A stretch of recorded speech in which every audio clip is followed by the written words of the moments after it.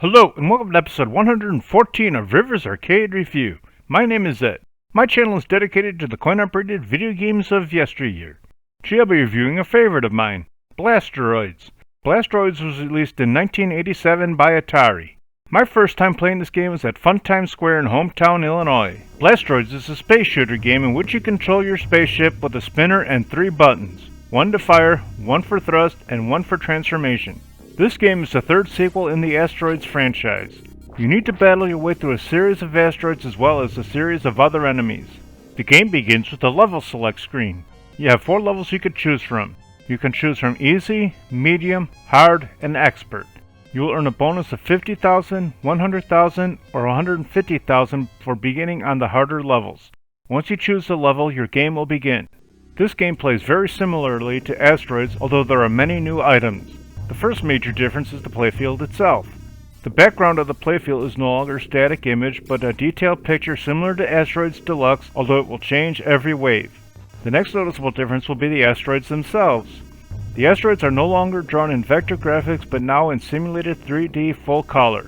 The asteroids will also rotate in all directions to add to the 3D effect. The next major difference is your ability to transform your ship among 3 different styles by pressing the transformation button. The game begins with the ship in fighter style. The fighter is medium sized and has basic speed, maneuverability, as well as defensive capabilities, although it has the best firepower. Pressing the transformation button will change your ship to the speeder. The speeder is the smallest version of your ship and has quick speed and maneuverability but little defensive capabilities. Pressing the button again will transform your ship into the warrior. The warrior is the largest version of your ship and has the best defensive capability, although the slowest speed and maneuverability. Pressing the button once again will bring your ship back to the fighter. You can transform your ship at will based on your needs. The medium-sized ship will be able to fire 6 shots at a time, whereas the other 2 ships can only fire 3 shots at a time. The biggest difference in this game is you will receive only 1 ship per credit. Although this sounds bad, it isn't, because your ship isn't destroyed immediately upon impact with an enemy. Your ship has a limited amount of energy. Your energy is displayed via a green bar on the top of the playfield. Your ship will slowly use up energy just through normal play of the game. If your ship contacts an asteroid or any other enemy, your energy will drain quicker. Similarly to Asteroids Deluxe, your ship will have a shield, although this time it will be automatic.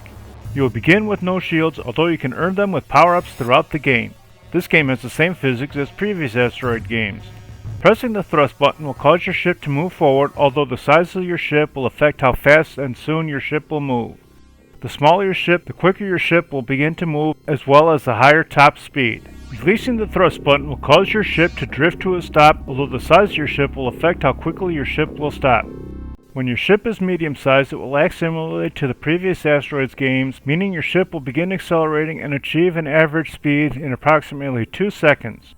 Once you reach top speed, you will be able to cross the playfield vertically in approximately 2 seconds, and when you release the thrust button, your ship will coast for approximately 7 seconds before coming to a rest. When your ship is small size, you will achieve top speed in less than 1 second, and you will be able to cross the playfield vertically in approximately 1¼ seconds, and after releasing the button, you will coast to a stop after about a half a second. When your ship is large sized, you will achieve top speed in approximately 3 seconds, and you will be able to cross the playfield vertically in approximately 7 seconds, and will coast for approximately 45 seconds after releasing the thrust button. The asteroids will react the same as the original games. Shooting a large asteroid will cause it to break into 2 medium asteroids, although they will look similar in size to the large ones. Shooting a medium asteroid will cause it to split into 2 small ones, and shooting a small asteroid will cause it to disappear. The asteroids will come in 2 colors.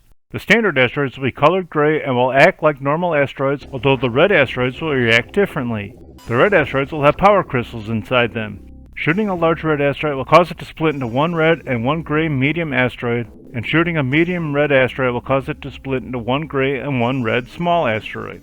Shooting the small red asteroid will cause the crystal to appear. Flying your ship into the crystal will increase your ship's energy. In addition to the regular asteroids, there will be popcorn asteroids. These asteroids will be blue in color and will act oppositely to normal asteroids. These asteroids will begin small and get larger with each shot until you hit them 3 times and they will freeze in place. Bumping into these asteroids, no matter the size, will cause damage to your ship. You must shoot all these popcorn asteroids to make them large to clear the level. There will also be large eggs that will randomly float through the playfield. Shooting these eggs will release a set of leeches. These leeches will attack your ship and will attach onto it, draining its energy. Once the leeches attach themselves to your ship, you need to press the thrust button to get them to unlatch themselves. You must shoot these leeches to keep them from attaching to your ship. On later levels, there will be seeker asteroids. These asteroids will be tan in color and will seek your ship instead of randomly floating through space. It will only take one shot to destroy these asteroids. This game will also include the enemy ships, although it will take more than one shot to destroy them, although you receive a power-up for your ship. There are 8 different power-ups in all. The power-ups include shields, blasters, extra shot power, rip star, extra fuel capacity, booster, crystal magnet, and a cloak. To collect these power-ups, you need to fly your ship over them. Collecting the shield power-up will allow your ship to take a hit from an enemy without damage. The shield is automatic, so you won't need to press the button to activate it, although it can only be used once, although you can collect multiple shields. Collecting the blaster power-up will give your ship double shots. Collecting the extra shot power will allow your shots to penetrate everything. Collecting the rip star power-up will allow your ship to go into a rapid spin, firing in all directions. Collecting the extra fuel capacity power-up will increase your maximum energy capacity, although when your energy depletes, the fuel capacity will return to normal capacity. Collecting the booster power-up will increase your speed for all 3 ships. Collecting the crystal magnet power-up will attract the crystals toward your ship, and collecting the cloak power-up will turn your ship invisible to enemies so they won't seek you out. Once you destroy all the asteroids, a space dock will appear on screen, which you need to fly your ship onto it. This space dock will have its own gravitational pull, so it will affect the flight of your ship. Once your ship lands on the space dock, it will be transported to the sector map. This map will allow you to choose which sector you will play next. There will be 9 or 16 different sectors based on the level or difficulty. You can select any sector that is touching the sector you just cleared, either horizontally, vertically, or diagonally. The sectors you can choose from will have symbols showing the items you can expect to face while playing the sector. The symbols will include ships and power crystals. Not all sectors will have ships and crystals, although they will all have asteroids unless you have already cleared that sector. If you're out of range of a sector, it will be covered up and a double question mark will be displayed on it. Once you clear all the sectors, a warp tunnel will open and you will need to fly into it to face the boss Merkur. Merkur is a large green alien that has multiple volcano-shaped tentacles sticking out from him. He will continuously attempt to ram your ship as well as releasing enemies from his tentacles. You need to shoot each tentacle multiple times to destroy them. You need to destroy his tentacles for him to leave the screen and stop attacking you. Defeating Merkur will cause another warp tunnel to open and you must enter it to advance to the next level. Each time you face Merkur, he will have more tentacles. This game will have 4 levels in all. Each level will have more difficult sectors as well as a harder Merkur at the end of the level. Once you clear level 4, you will face the hardest Merkur boss, and destroying him will end your game. This game offers a 2-player simultaneous mode. The simultaneous mode will be a cooperative mode. While playing 2 players, your shots will not affect each other and your ships will fly through each other safely, although there is one exception. If one player has a large ship and the other player has a small ship, flying the 2 ships into each other will cause them to dock with each other and allow the 2 ships to fight as one.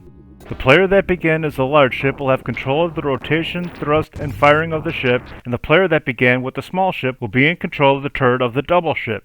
Pressing the fire button will allow you to fire 2 sets of 4 shots, and pressing the thrust button will allow you to rapid fire a single shot that when it hits a large or medium asteroid, it will cause it to break into only 1 smaller asteroid instead of 2. You will stay docked with each other until either player presses the transform button. Scoring for the game is as follows. You'll earn 10 points for shooting a large asteroid, 50 points for shooting a medium asteroid, and 100 points for shooting a small asteroid, 500 points for shooting a seeker asteroid, and 360 points for shooting a popcorn asteroid. You'll earn 2,000 points for shooting the Sluggo spaceship, 3,000 points for shooting the Rebaz or turtle-shaped ship, 4,000 points for shooting the Dervis and the bumper ships, 5,000 points for shooting the bomber ship, and 10,000 points for shooting the bandit ship. During the 2-player game, the player that shoots the last asteroid will earn 2,500 points. You'll earn between 250 and 2,250 points for a standard power-up crystal and 10,000 points for a super power-up crystal. You'll earn 500 points for destroying each leech.